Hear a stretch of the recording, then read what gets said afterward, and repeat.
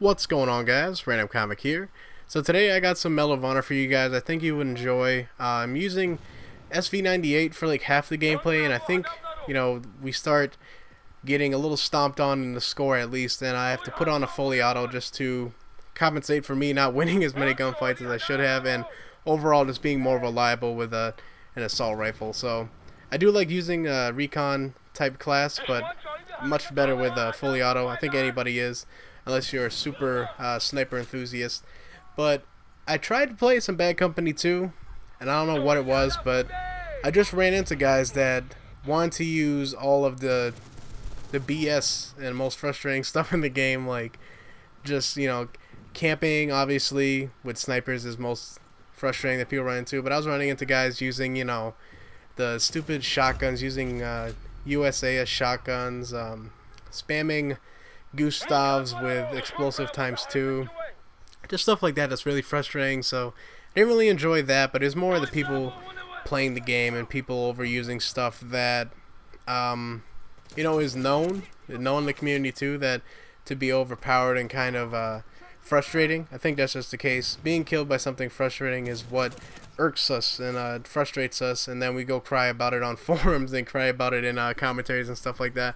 But I actually want to talk about a few things, obviously, about Battlefield 3 and about, really cool stuff that they're implementing in their game.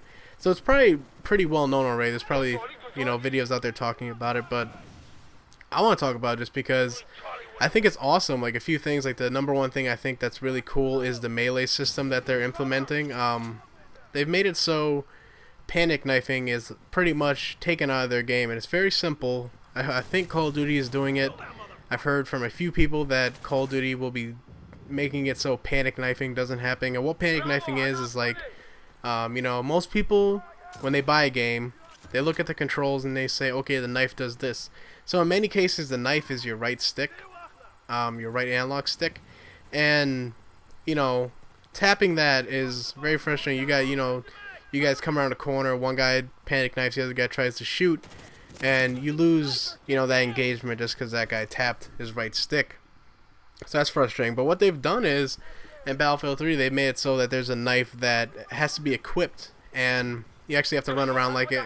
It looks exactly like the animation when you're running around with a ballistic knife. So that's really cool. They made it like that, and when you knife, there's actually a really cool animation where, if you're behind a guy, you might, go behind him and slit his throat, and if you're in front of a guy, I think there's some type of animation where he tries to block you with his forearm, and then you actually just knife him in the chest or something like that. So really cool stuff like that. But there is a panic knife, but the thing that balances it is that the panic knife it takes 2 hits to kill for the most part. That's what he said. It should take 2 hit kills. Sometimes it can actually take more, I believe, but it maybe taking more means that there's going to be some type of body armor or something that gives you more health, so that maybe it'll take more than that. Which I think, what is there in Bad Company 2? There's Magnum ammo and there's body armor, which is basically a stopping power in Juggernaut, I believe. And I think I just no-scoped some guy earlier right there. So that's pretty cool. It's really cool because they just took it from, it's really simple. It's like, alright, how do you take panic knifing out of your game? You just copy Counter-Strike. Counter-Strike had it so that their knife had to be equipped, and the knife is actually pretty much total shit. But BF3, obviously there's not that many people that are knife only enthusiasts, but people like maybe only use me blade, and people that want to run around like a stealthy playstyle and get their kills up close can enjoy that. They're actually gonna have really cool knife and shit that's just really cool, kind of like in Halo, when you assassinate somebody, or I forgot what they called it, just something really cool like that, just like Gears of War. So like, this is a really cool kill. It doesn't make the game imbalanced. It's just, if you take the time, you can get a cool looking kill, which I think would be awesome if Modern Warfare 3 implements, and I actually think that they might, because that'd be cool, man. Like, Counter-Strike has already proven that if you want to take panic knifing out of your game, you just make the knife equipable. And having the knife equipable in like Call of Duty especially, but in a game like Call of Duty, I do think that having a one-hit knife is reasonable when it only takes 2 to 3 bullets to kill. So it's it's reasonable there. But I'm just hoping that they could take it out the game, because there's no like animation to stop people from moving forward with their momentum. So if you shoot a guy, he's still going to be running full sprint and can still knife you, which I think knifing isn't a huge problem, but it's definitely one of the most frustrating, because so many people have their controller layout to the default, and knifing just becomes very frustrating. But not to me. That's the one thing I want to talk about. That the other thing was about sniping. So sniping, obviously, in large map games where there's large warfare, sniping becomes a problem, because people are more, they're not encouraged to move really. Staying back and sniping can be supportive to your team, but it just becomes very frustrating, because games like Battlefield, games like Medal of Honor and stuff like that do not have some type of kill cam. They don't show you what you did wrong. But in Battlefield, like Bad Company 2, they do have a follow cam where they'll show who killed you, so that helps out, being spawn killed and stuff like that, so you actually know where the hell they are. Or if they're hiding in really, a bush or some foliage, then you'll be able to find out where the hell they are. But in BF3, they've added, idle sway to the snipers, so that's obviously going to make it a little bit harder for people to snipe.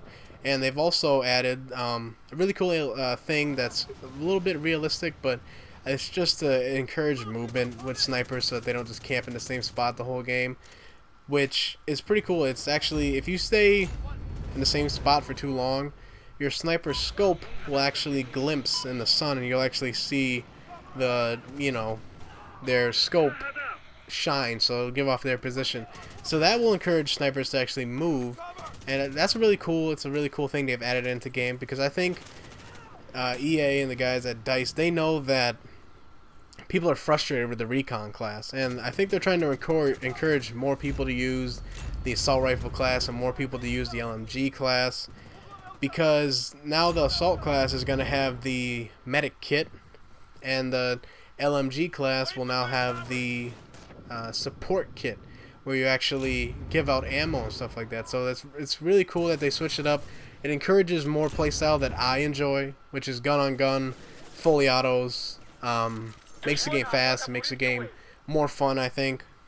But I'm not, nothing against snipers or something like that, but it's always been a problem in large map games, because having a one-shot sniper rifle is very frustrating when it's kind of like an insta-death, especially if you're playing against a good team that knows and can coordinate spawn traps. It's just really, really frustrating, and it's encouraging people. Obviously, there's going to be a shitload of reviving going on. And, oh yeah, the one thing that's about reviving, you actually have an option to accept or deny a revive now. Sorry, whoa, brain fart right there. But you can now accept or deny revive, so that, I just played today, man, and this guy kept on reviving me right into sniper fire, and I was just screaming like, man, please don't revive me again, man, just please don't. And he revived me like 3 times. I think I died 3 times to sniper fire. And it's just great to know that, if I'm don't want to spawn into that again, I can deny his even